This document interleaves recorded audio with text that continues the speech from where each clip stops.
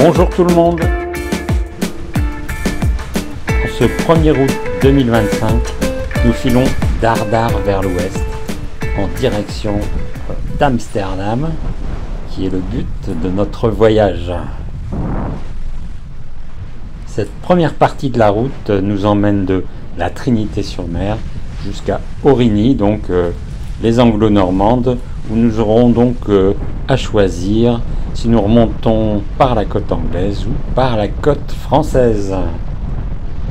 Mais que va-t-on faire à Amsterdam? Eh bien, il y a une grosse fête fin août qui s'appelle Sail Amsterdam 2025 et c'est donc le cinquantenaire de cette édition.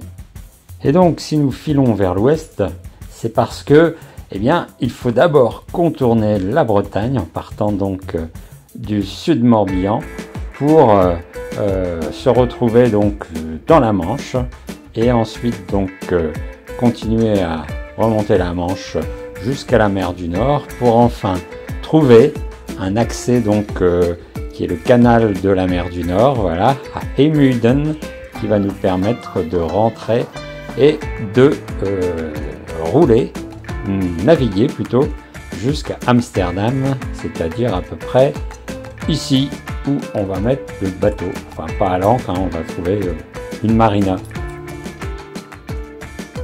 Oui, Amsterdam Marina, depuis laquelle nous serons donc au bon endroit pour participer à cet événement historique néerlandais et qui fête également les 750 ans de la ville d'Amsterdam.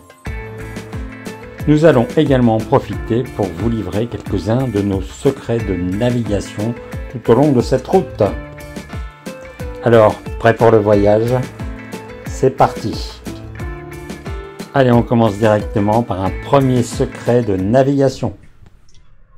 Bon Martine, comme tous les matins, briefing à bord de Martinique. Donc là, nous sommes actuellement dans le port.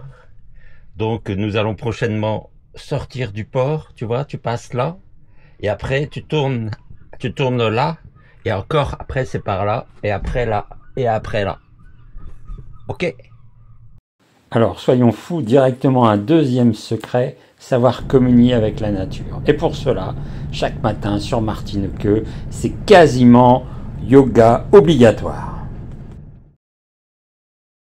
Ainsi, après avoir ouvert nos chakras, nous passons Pinmar et nous voici prêts pour la communion, la communication avec nos amis, les dauphins. Hello.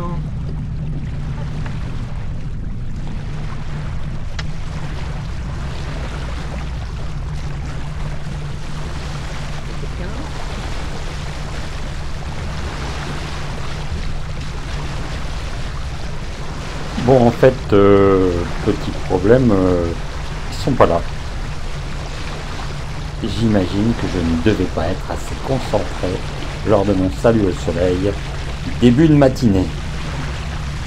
On prend la pêche, ils sont derrière.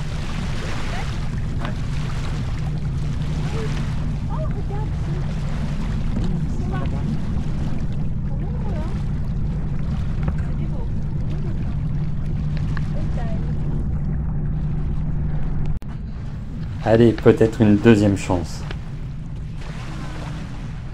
Hello.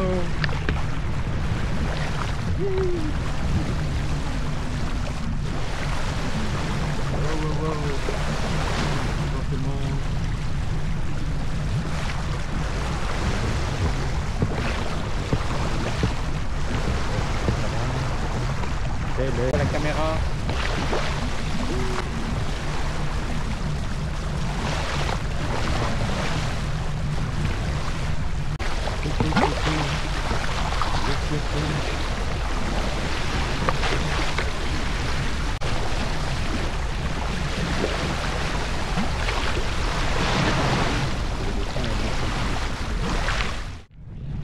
Alors, si notre première journée de navigation nous avait ramené rapidement à Concarneau, la deuxième, sans vent, on s'était traîné péniblement jusque l'Esconil. Et ici, donc, on espère atteindre Camaret. Et quand même, pour faire des étapes un peu plus grandes, on a mis le moteur le moteur en appui des voiles pour arriver donc à passer le rat de Seine, puisque ici nous sommes tout près de la pointe du Raz. Alors on le passe à contre parce que c'est des tout petits coef, et donc au max là on aura 2 nœuds contre nous, donc avec l'appui moteur ça va le faire.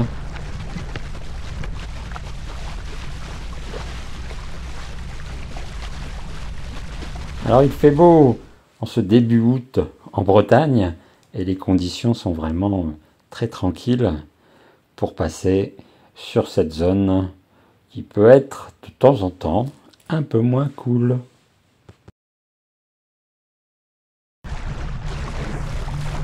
Bon, en fin de journée, voici presque à Camaret, parce que là nous sommes en train de passer le Toulinguet, donc avec le phare là-bas à gauche, et là-bas à droite, la roche à la tête de lion.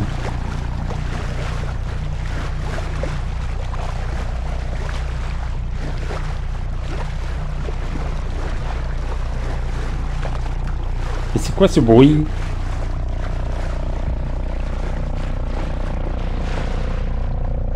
Dragon 29.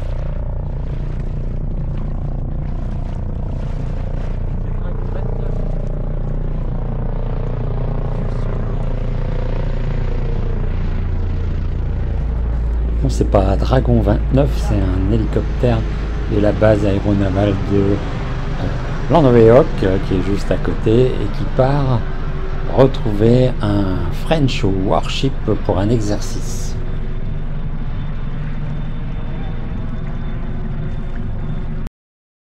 Alors le lendemain, après avoir passé le four sous spi et après donc avoir affalé le spi et empanné, on file directement sur la beurre-vrac. Le vent va progressivement monter jusqu'à 20 nœuds, donc en fait on avait bien affalé au bon moment et empanné au bon moment.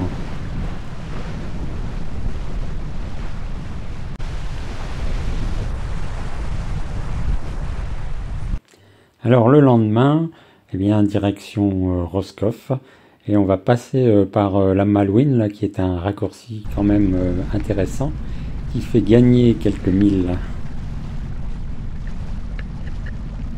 Alors on est à mi-marais, et donc toute la zone, la bande de rochers qui est sur notre bâbord, va nous protéger de la houle, donc normalement ça devrait le faire. Et puis tout ce qui est à droite, faut juste pas aller se foutre dessus. Voilà.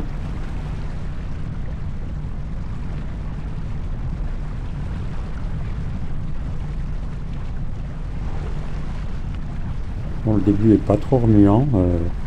La bande rocheuse fait bien son office de protection. Et plus on va avancer, et plus en fait on va arriver dans la houle qu'on a évitée par le raccourci, mais à un moment donné, il va bien falloir s'y retrouver et partir dans la mer.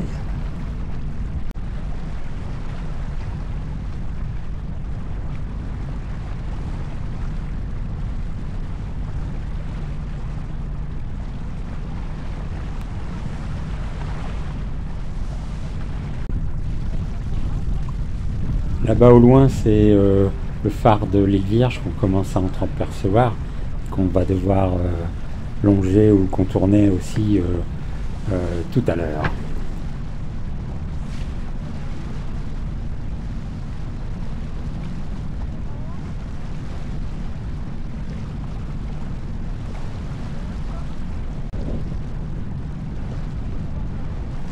Bon bah c'est pas le désert, hein, cette passe. On suit un autre voilier là-bas, et puis on a un petit bateau moteur là qui emmène des gens promener, des touristes, pour leur montrer ce que c'est que la passe de la Malouine et comment ça remue à la fin.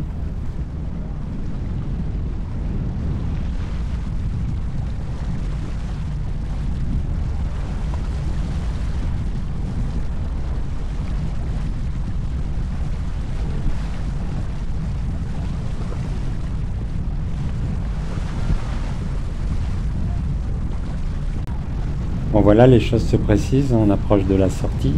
En plus, bon, ça tourne légèrement, donc ça ouvre l'angle on va bientôt pouvoir réellement exploiter la Grand Voile et on va bientôt pouvoir mettre également le Génois.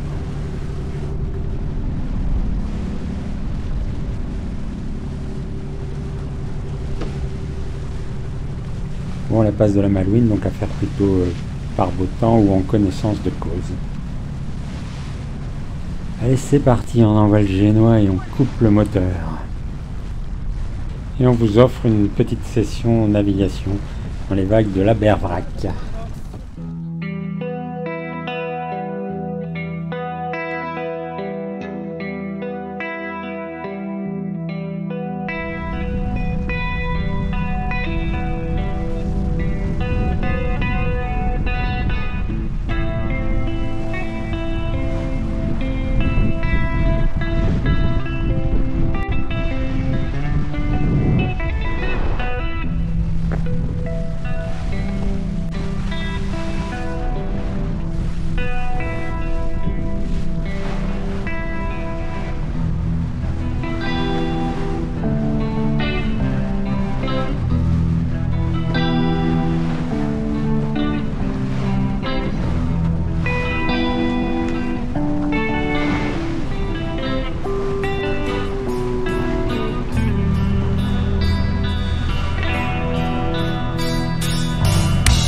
So close, no matter how far. Couldn't be much more from the heart. Forever trusting who we are. No, nothing else matters. Never opened myself this way. Life is ours, we live it our way. And all the words I don't just say yeah. And nothing else matters. Trust our seek and I find in you. Every day for us something new. You open my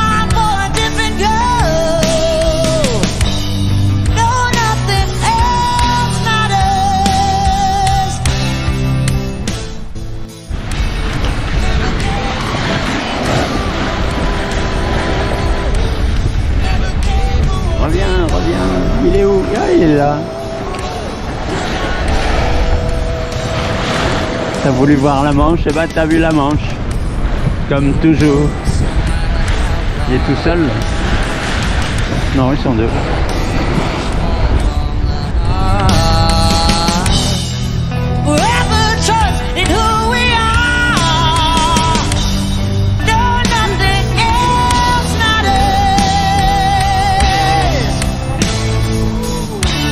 Never cared for what they do. Never cared for what they know. 'Cause I know.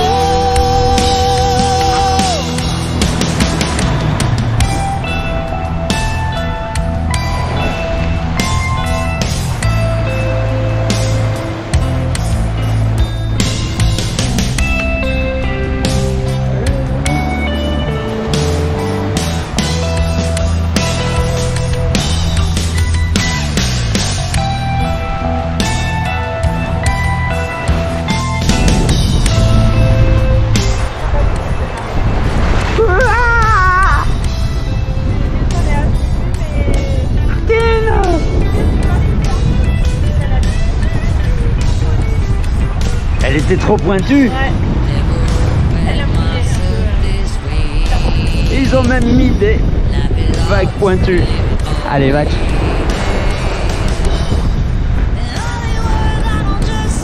Là, ils ont mis des belles lumières aussi.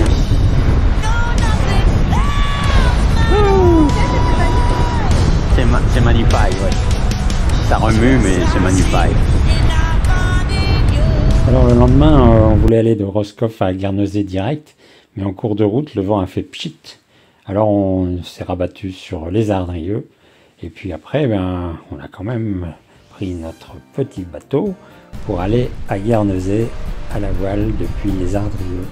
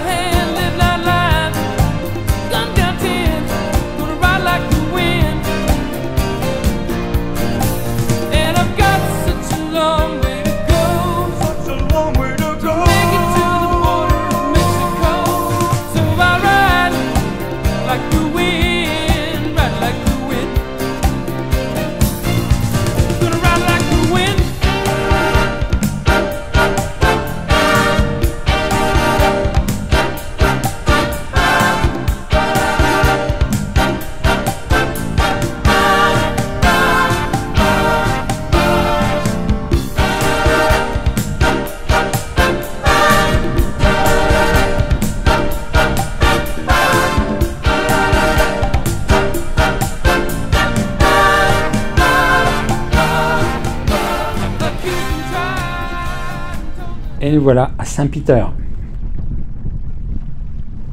Il y a un bateau style bateau de croisière, là, la croisière s'amuse, qui est là-bas à l'ancre et qui envoie des petites capsules avec des gens à l'intérieur. Donc je sais pas si c'est leur truc de sauvetage, on la verra un peu mieux tout à l'heure, mais c'est rigolo, on dirait presque une capsule de manège pour enfants.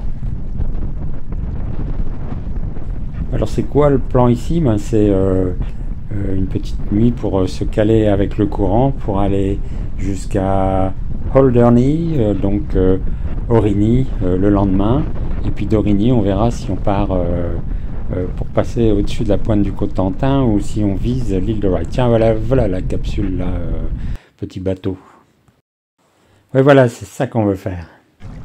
Allez, go, départ au lever du soleil et spectacle magnifique.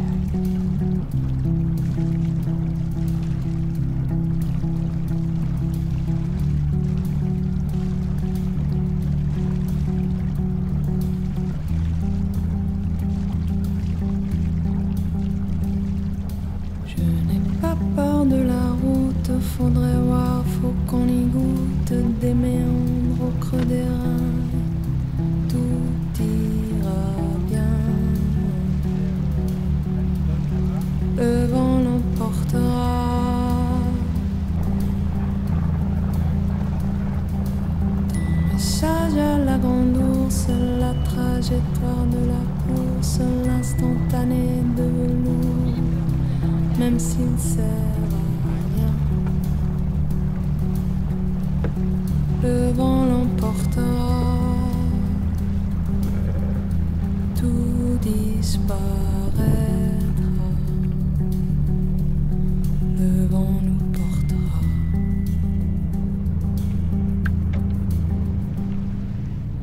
Caresser la mitraille, cette plaie qui nous tiraille, le palais des autres jours, hier et demain. Et oui, prêt pour le troisième secret? Oui, Martine. Alderney. Non, Aurigny. Alderney. Aurigny. Aurigny. Et oui, c'est la bière d'après la nave. D'ailleurs même, on peut se demander à certains moments si c'est pas pour ça qu'on nave.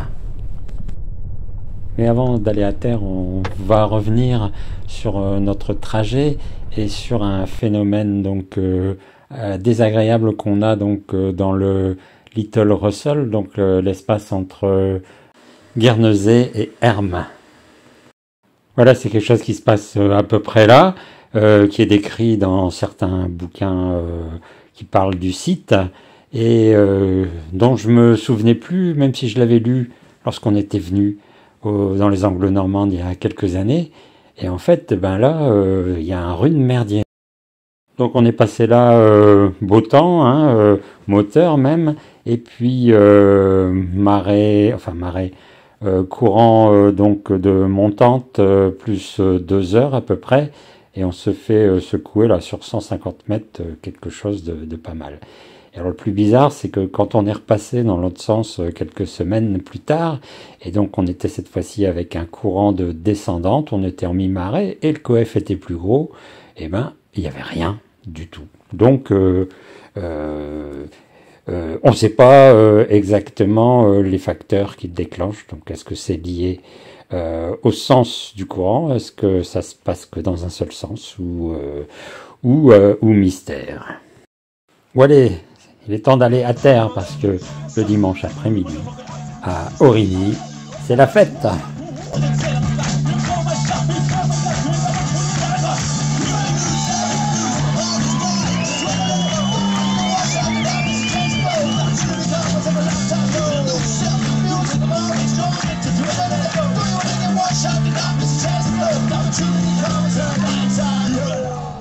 Bon, quelques pintes de bière plus tard, il est temps de reprendre le bateau de taxi, le taxi-boat, pour nous ramener donc à notre voilier qui est tout au bout assez avancé.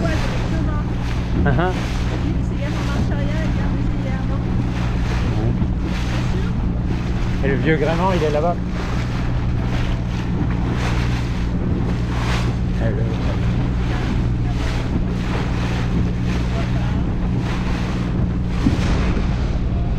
C'était bien ça, alors les CDSM elle est peut-être partie récupérer. Bien, ouais. Parce que sinon, je vois pas comment il s'en serait sorti.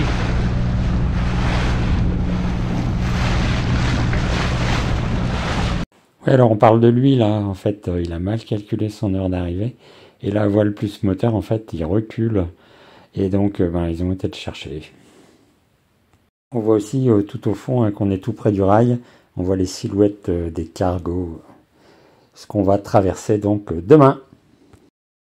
Ah ben oui, donc en fait on va partir du côté de l'Angleterre parce que là on a donc un vent de nord-est qui va être assez sympathique pour aller sur l'Angleterre, alors qu'il va être assez musclé en vent contre le courant si on veut passer à ras du Cotentin.